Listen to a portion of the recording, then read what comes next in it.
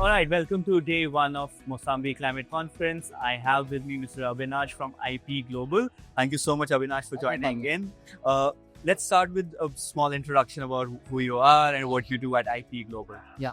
So I lead the climate change and sustainability practice at IPE Global. IPE Global is a 25 plus year old organization, international development organization working out of 13 geographies globally. What we try to do in the climate change segment is democratizing climate data.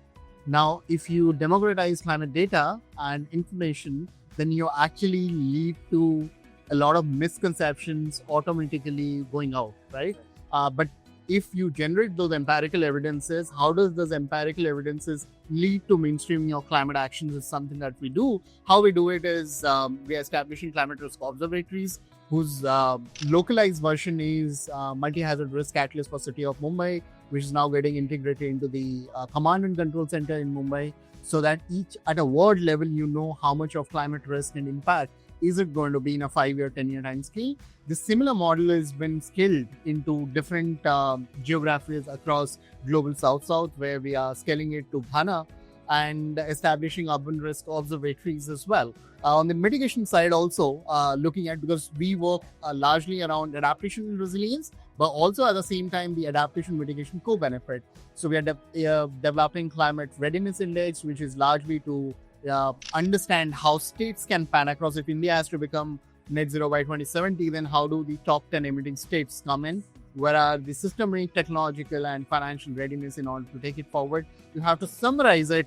Then it is more of democratizing climate data and information and then nudging systemic, technological, and financial actions on ground.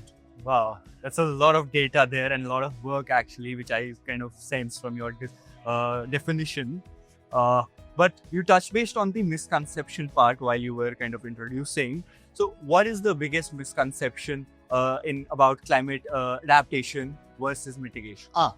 So one of the biggest misconception is climate adaptation is always a public sector or a public money work. It's never a private sector. It's never a investment portfolio where people will be looking at it.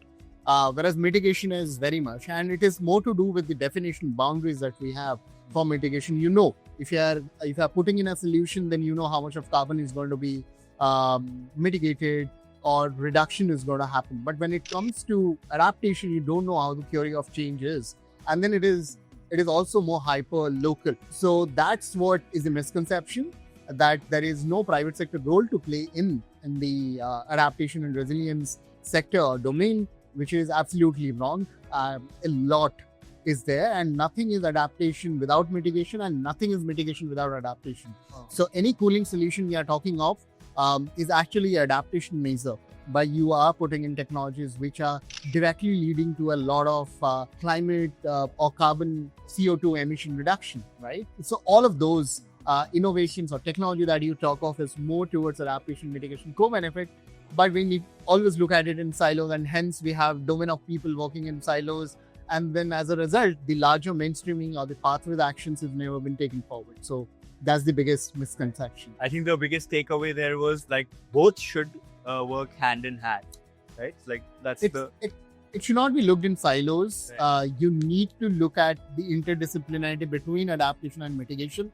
Every adaptation action has a mitigation co-benefit. Every mitigation co-benefit also has an adaptation co-benefit. That's how you have to put it. Could you kind of give a real life example of a technology that's actually helping the climate adaptation space? I'll talk about when it comes to adaptation, it is more about frugal innovations. And in India, we have been traditionally a very indigenous traditional community. Our way of life have been very climate adaptive, right? With a lot of the changes, we have missed out on those traditional practices. I'll start with a very simple technology of school roof.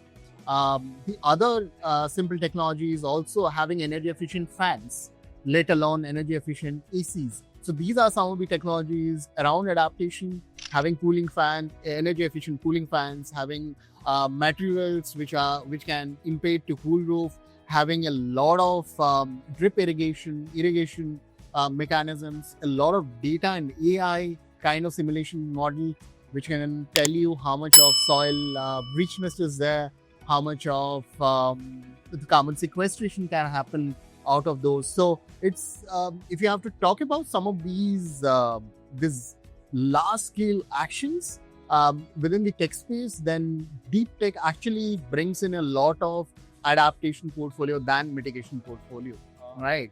But of late, we have been missing out that part in terms of some of the examples that I have cited, whether it is about technology, putting in, whether it is also EV, right? In a way, EV and other kind of portions, other technologies which are hard to abate mitigation actions which have been taking forward, they're actually leading to a lot of adaptation action. So you use electric vehicles in climate sensitive areas, ecosystem areas. So it is all about that nexus between adaptation and mitigation.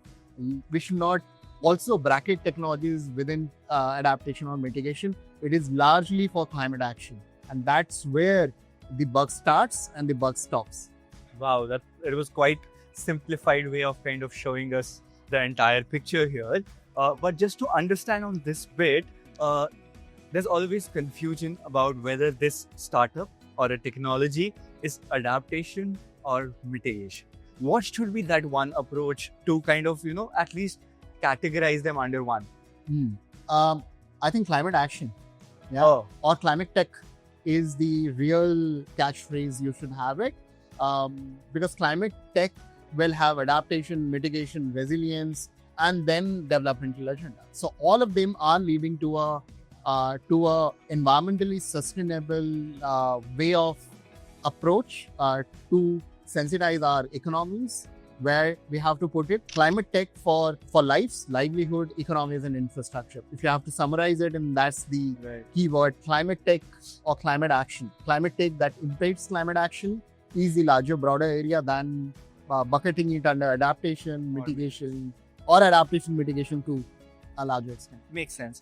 Before I let you go, one last question. What's the one thing that governments or businesses should prioritize to build in climate resilience? Actually, they should look at a model what Mosambik is trying to do, right? Mosambik is trying to bring in all ecosystem players together in terms of defining some of the business as usual activities. And that's what is one of the biggest challenges when it comes to adaptation and resilience. It is more to look at some of the technological innovations or into the buckets between the ministries and silos and bureaucracy. The real action around adaptation and resilience always breaks down, and that's where it has been a challenge. So if you have to put it into a larger perspective, then you need to redefine what adaptation means, because there is no climate action without adaptation, and there is no defining of climate adaptation action without resilience. If your communities are not resilient, if your people are not resilient, then your infrastructures are not resilient, your economies are not resilient. And if they are not, then obviously they are not climate adaptive. So it's a bottom-up approach, how you have to look at it. That's amazing. There's quite a lot of syllabus for adaptation and resilience for today. Thank you so much, Abhinash, for joining in. It was wonderful to have you here. Have a great time. Great pleasure. Thank you so much.